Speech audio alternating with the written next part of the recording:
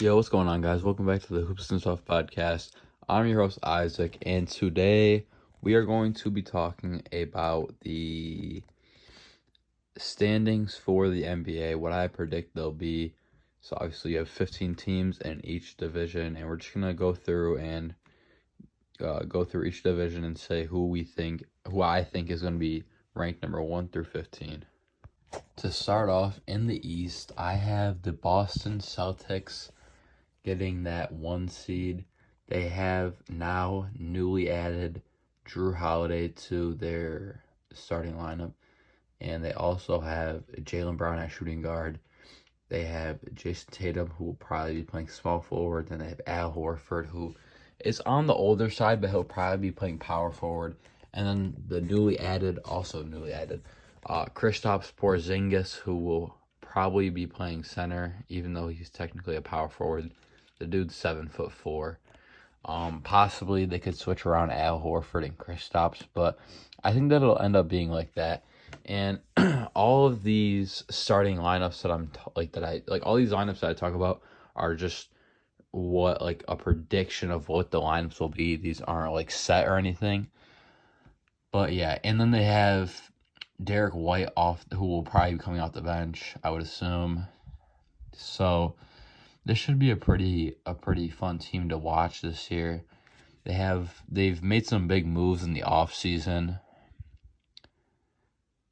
And I think with Jason Tatum now having quite a bit of experience, he's had a lot of playoff experience and stuff, I think that he could perform at a insane level, and he might end up being an MVP caliber player. Next up in the East with the number 2 seed, I have the Bucks winning it. And obviously they did lose Drew Holiday, but they picked up Damian Lillard while losing Drew Holiday. So for me, in my opinion, that's a W for the Bucks. I would much rather have Dame than Drew, even though they're both older, but Dame has always been the better player, obviously. He's been an MVP caliber player in his past. But this team also has a great shooter in Chris Middleton. They have a dominant power forward with Giannis. And then they have a defensive center with Brook Lopez, who is a good player. They also have Malik Beasley, who is definitely an underrated bench player on their bench. And they also have Bobby Portis on their bench, who is a solid center. He's probably starter worthy, but Brook Lopez was a defensive player of the year candidate last year. They also have Jay Crowder, who he's a pretty tough player. He's pretty good. And their only weakness, I feel like, is their starting shooting guard, but he's not it's probably gonna end up being Pat Connaughton, but he's really not that bad. He can shoot the ball pretty good, so I don't think that they'll have any. I have no doubts that they'll be a great team, and they also have Andre Jackson, who is a rookie, who is supposed to be really good. He's supposed to be a good finisher. So definitely going to be something to look forward to for this Bucks team as a new aspect. Obviously, we always look forward to seeing the Bucks play with that MVP experienced Giannis Antetokounmpo and that great shooter with Chris Middleton, and now another great shooter with Damian Lillard. For the number 3 seed in the East, I'm saying the 76ers take it. And they have, they're going to start Tyrese Maxey at point guard. And they'll have James Harden at shooting guard.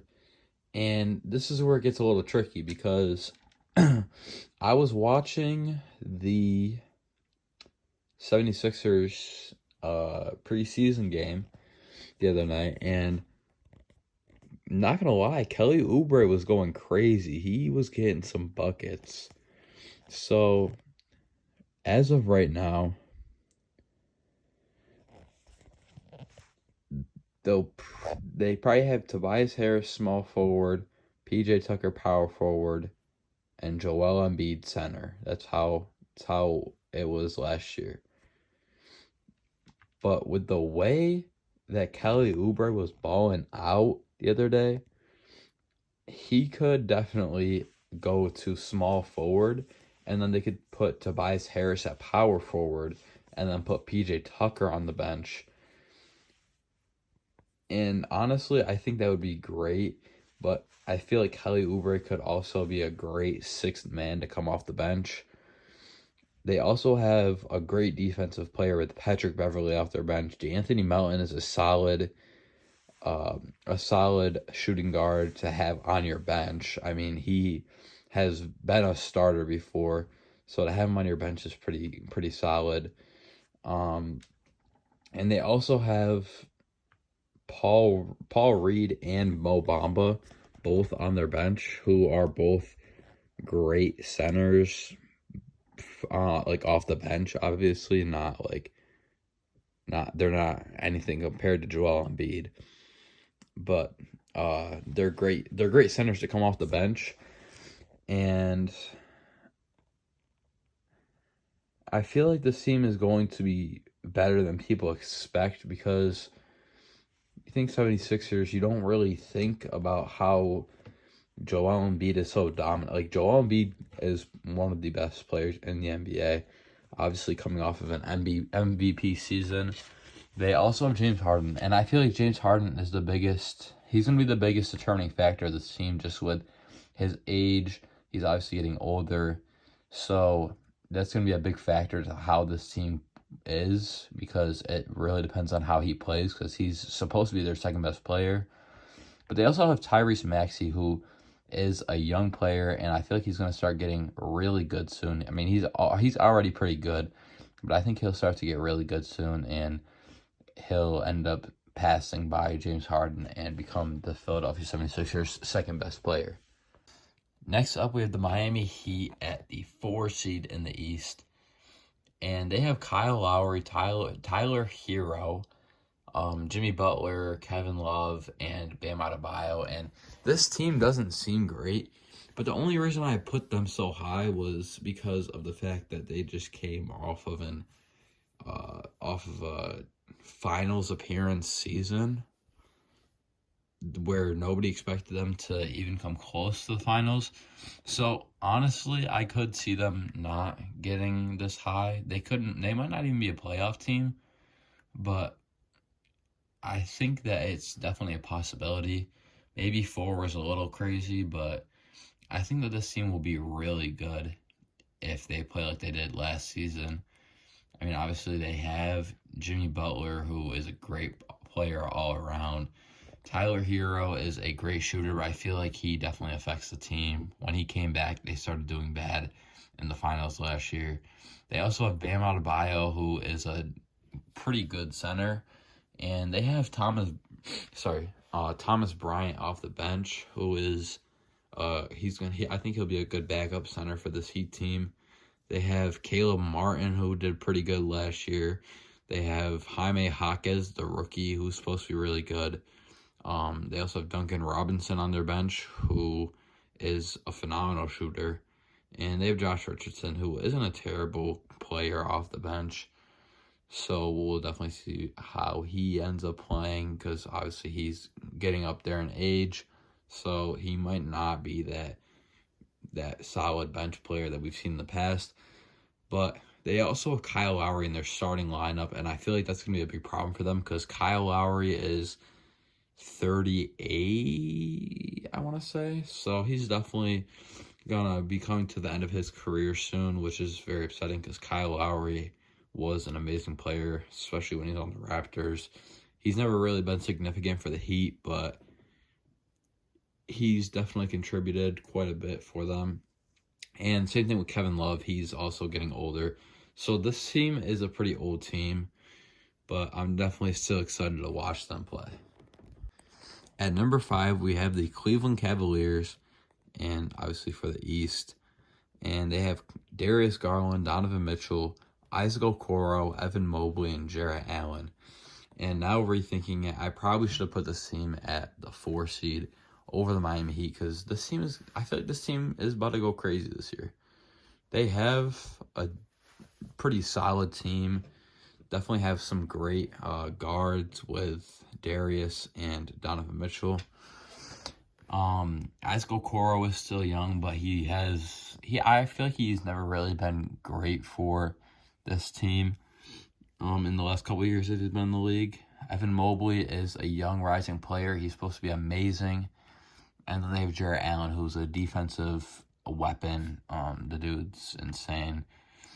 Well, off their bench, they have Ricky Rubio at point guard, who is getting older also, but he can contribute a little bit for you off the bench. They have Max Strus, though, who was definitely a big part of that Heat team last year. They also have Karis LeVert, who I'm pretty sure he started last year, and he was pretty solid for them. He's always been a solid player, but I don't know how he's gonna play this season. I feel like he's a up and down kind of player. They have Georges Niang at the power forward and Damian Jones at center, so their bench is a little shaky, but they have a really good starting lineup, so I think that'll make up for it.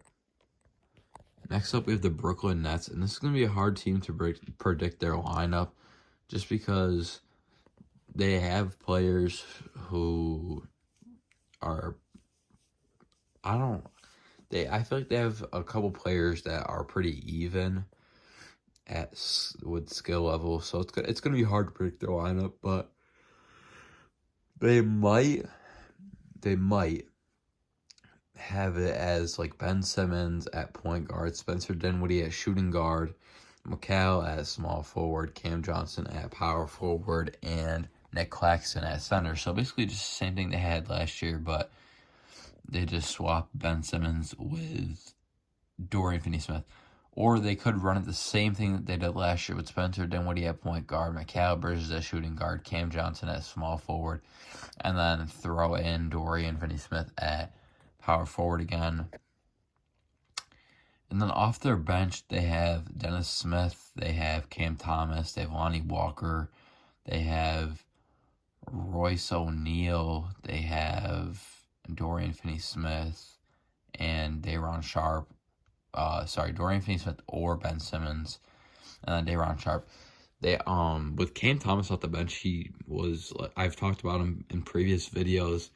He he did really good last year, and for him to come off the bench for them, I think that's phenomenal for them.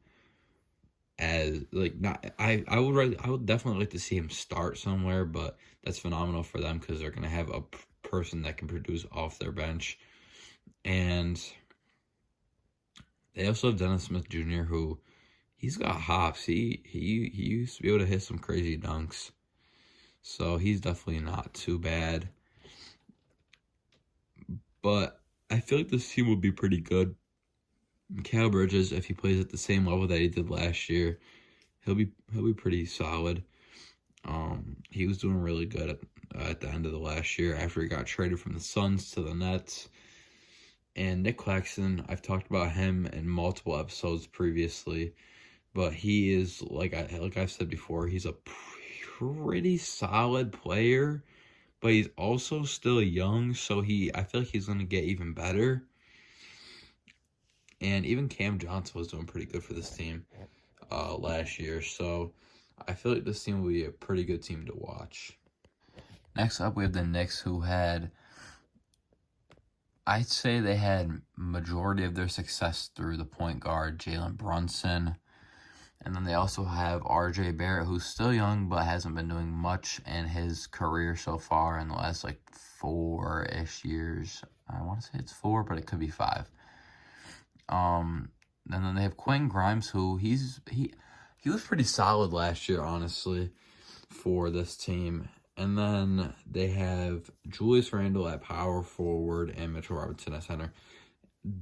There is a change that I could definitely see with this team. I could definitely see them running R.J. Barrett at small forward, taking Quentin Grimes, putting him on the bench, and then putting in Emmanuel Quickley as shooting guard. Because Emmanuel Quickley was going crazy last year, and he's a really good player, so I would definitely like to see him start. And then off their bench, they have Miles McBride, who is young. They have either Emmanuel Quickley or Quentin Grimes. They've got Dante DiVincenzo, who is a new addition, who will definitely be a good player for them off their bench. He's learned from Steph Curry. He's definitely learned a lot from Steph Curry in his short span with the Warriors. Definitely learned a lot about shooting and stuff. They have Josh Hart, who came there last year. Jalen Brunson was former teammates with him at Villanova. And they also have Isaiah Hartenstein, who's a really tall dude, and he's a solid backup center. But they also have Jericho Sims, who could run the backup center. He's still young though, so I don't really know what their plans are with him, if they'll end up running him at all at the backup center. But that'll be definitely something to look out for if you're a Knicks fan. But I mean, I don't know. Julius Randle fell off. He had a good year a couple years ago and then just fell off. He literally just got worse. And he's not even that old, so. And Mitchell Robinson, he's an up and down player. Some days he's good, some days he's one of the worst centers in the league, but this Knicks team is definitely not terrible, and they should make the playoffs. Next up, we have the Atlanta Hawks. They have Trae Young, DeJounte Murray, DeAndre Hunter, Saddiq Bey, and Clint Capella.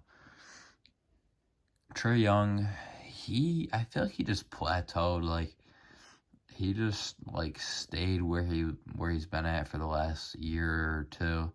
Hasn't really shown any progression, even though he's still young. They also have DeJounte Murray, who they acquired, I want to say it was last offseason, from the Spurs. And he's pretty okay. I wouldn't say he's a superstar, but he's not terrible. He's a pretty good player. They have DeAndre Hunter, who is he's also pretty young and he's pretty good. Actually, he's like 27. I mean, that's still, I think he's like 26, 27 maybe, because I'm pretty sure he was drafted in 2018, but that's still pretty good, even though he is, that's still pretty young. But I think that he'll definitely show some progression soon, even though he's already a pretty solid player. They have Saddiq Bey, who has had some success with the Pistons. He had some success with the Hawks. He's had at least one 40-point game, maybe multiple, in his couple years in the league. He's played like 3 or 4 years in the league, I want to say. And then they also have Clint Capella, who I don't think they're really looking at keeping him, at least keeping him in the starting lineup, possibly trading him away. But I don't think they're looking at keeping him as a main piece of their team. I think they want to move on to their younger big, Onyeka Okongwu. His name is so hard to pronounce. I always say it different every single time I say it, but they seem pretty interested in him and seeing what he could do, so I think that they'll end up moving on to him soon.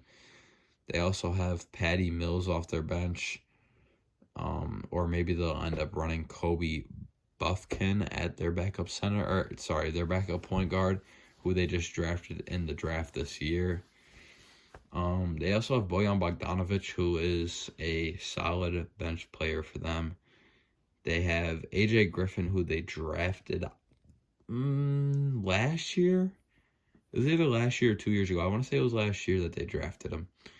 They also have Jalen Johnson, and like I said, Onyeka Okongwu. It will probably start off the year on the bench, but I think that he'll end up becoming a starter by the end of the season. And I feel like the only problem with this team is Trae Young not showing any progression. It's just, I don't know, I feel like it's kind of weird. And another thing that was weird with this team that happened in the offseason, they traded away John Collins for Rudy Gay, who isn't even on their.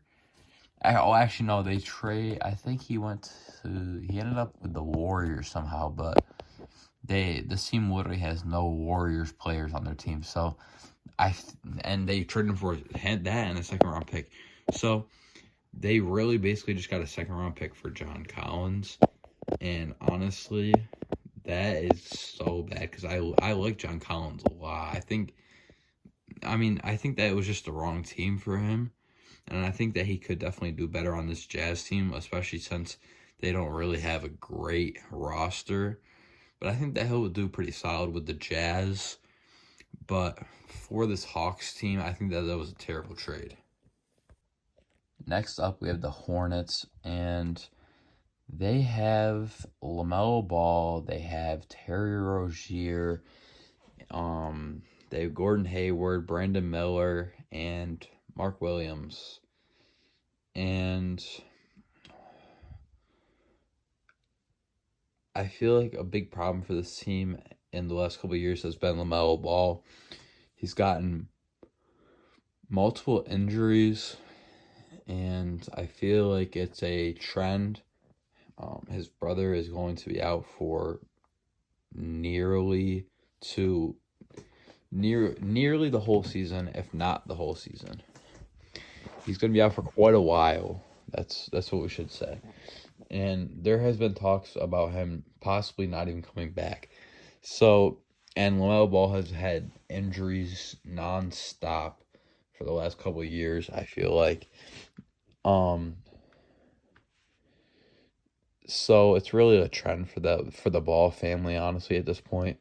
And they have Terry Rozier, who he was filling in for Melo last year while he was hurt, who is a pretty solid player. They have Gordon Hayward, who's obviously getting older, but he can shoot pretty good. And then they have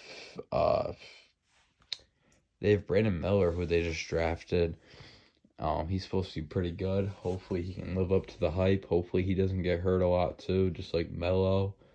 And then Mark Williams, he's supposed to be pretty good as well. They just drafted him last year. I'm pretty sure it was last year that they drafted him. And he's definitely supposed to be a good player. So hopefully he can start to progress for this Hornets team. They honestly don't really have that much of a bench.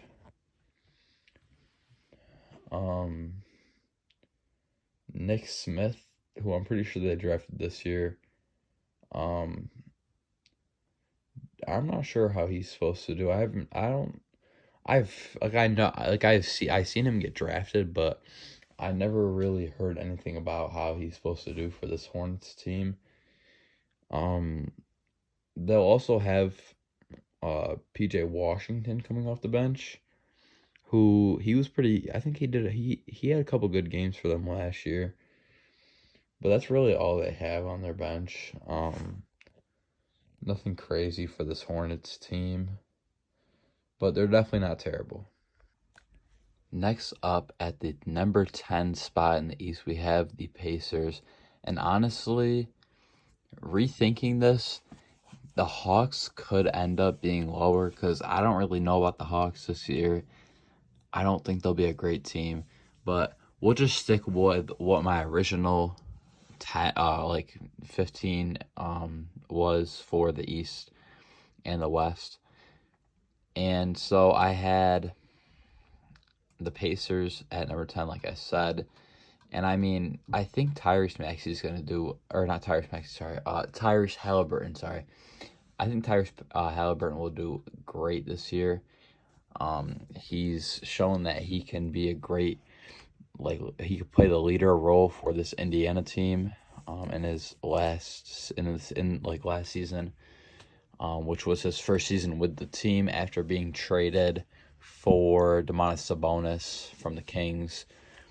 But he has now he has Bruce Brown, who has championship experience, who they just got in the offseason. He has Benedict Mathurin, who's also a solid young player. They got Obi Toppin, who has good potential coming from the Knicks. And he also has Miles Turner, who, in my opinion, is a pretty underrated center. He can shoot the ball pretty well for a big, obviously. And he's a pretty solid center. And he has players like TJ McConnell to back him up, who, even like I seen a video and one of the players or something was going around Indiana's practice asking who the hardest player to guard was, and everybody said TJ McConnell. So TJ McConnell seems to be a little overlooked. He's not a great player, but clearly in practice he is. But yeah, I think that this team will be okay. I mean, they got Jarris Walker in the draft this year. He's supposed to be okay. Andrew Nembhard I think he was good for them last year, I want to say. I don't know. I don't really watch the Indiana Pacers because, I mean, I just feel like they're never really great talent to watch. But I do really like Tyrese Halliburton. Next up, we have the Washington Wizards, who made some big moves in this offseason. We've seen them get rid of Kristaps Porzingis and Bradley Beal. They're two probably, I'd say, best players. And they got Tyus Jones and Jordan Poole. And a lot of people are saying that Jordan Poole is going to be on his villain arc this season, and I can totally agree with that. I could definitely see Jordan Poole popping off this year, and especially since he doesn't have Curry, Clay, Andrew Wiggins, like all those people who were scoring before aren't on the team anymore. The only people that are probably really going to score the main amount of points are Tyus Jones and Kyle Kuzma. Those will probably be two of the other leading scorers besides Jordan Poole. But Jordan Poole should be carrying this team, especially with that hefty contract that he has. It looks like he has the biggest contract on the team right now with just under $28 million. And so he should definitely perform like an all-star. And hopefully this year Jordan Poole will be an all-star. I'm a Warriors fan, obviously, so I've always been a big fan of Jordan Poole, especially since especially last year when he was having some success off of our bench. But I think that this Wizards team could definitely be solid. It just depends on how Jordan Poole plays, because last year he was a little inconsistent. We'd see him drop 25 one night and drop 8 the next night. So it's really hard for me to judge how good Jordan Poole will do this year just based off his inconsistency from last year. But he is a great teammate with Kyle Kuzma. I do really like Kuzma. And Tyus Jones, coming from the Grizzlies, is not a bad guard to go along with Poole. So I'm excited to see how Jordan Poole plays on this Wizards team. Next, we have the Chicago Bulls, and this is definitely going to be an interesting team to watch this season just because as I was watching their preseason game the other day, while I was doing my workouts or whatever, I happened to just hear the commentators talking about how Chicago might be moving on from the Zach LaVine, DeMar DeRozan, and Nikola Vucevic experiment, and 1 or 2, maybe even 3, possibly, of those 3 players could possibly end up getting traded. So the Chicago Bulls could be making some big moves this season, somewhere around the trade deadline. But I mean, they have Kobe White, who, I mean,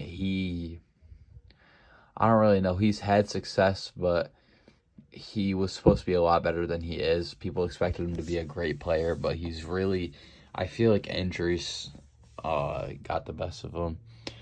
They also have Javon Carter, who was a great pickup this offseason, very underrated pickup. He could play some pretty good D.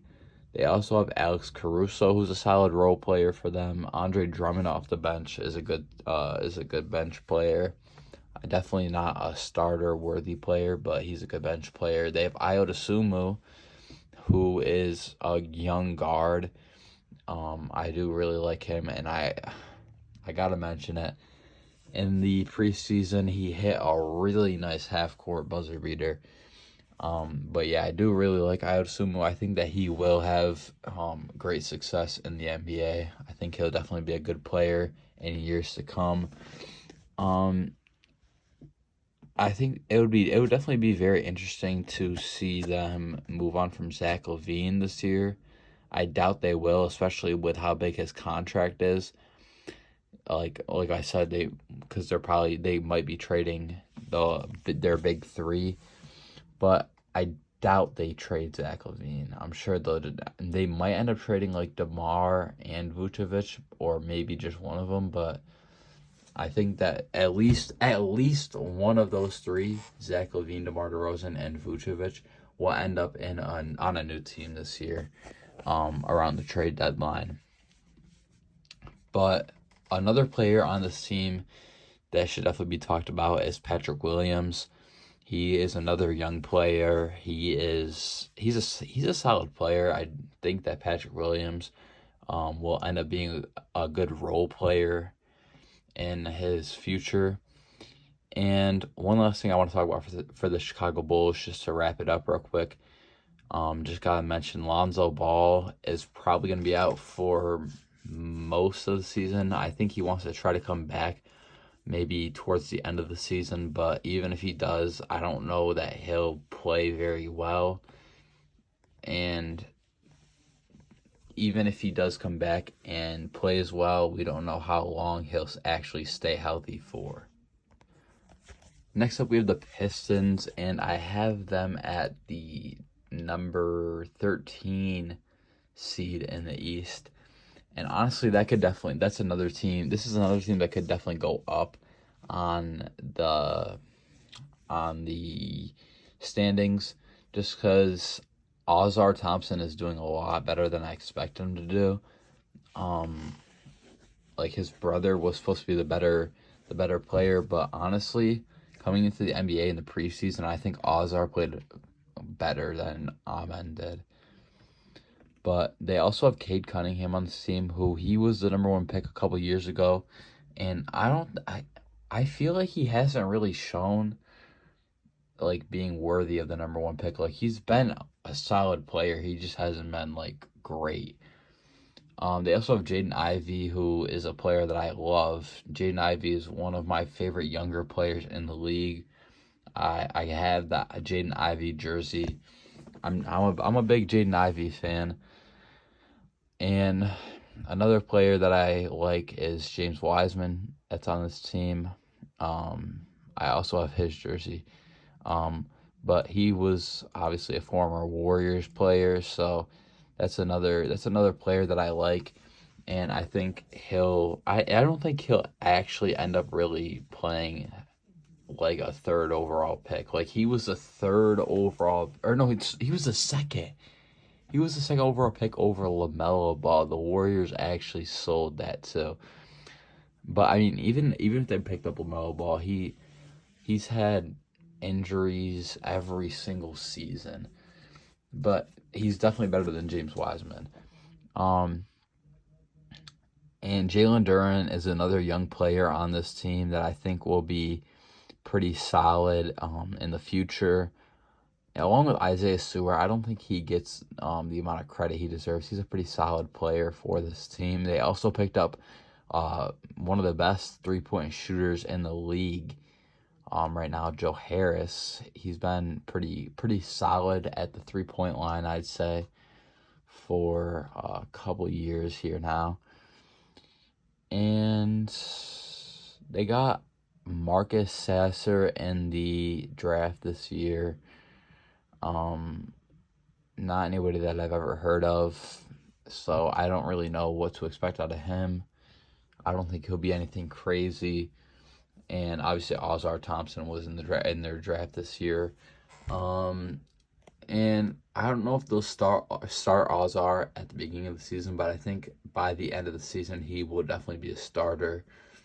And I think that this team, like I've said this in the past so many times, but this team is just like they're a super young team, and once they fully develop, they'll be a great team.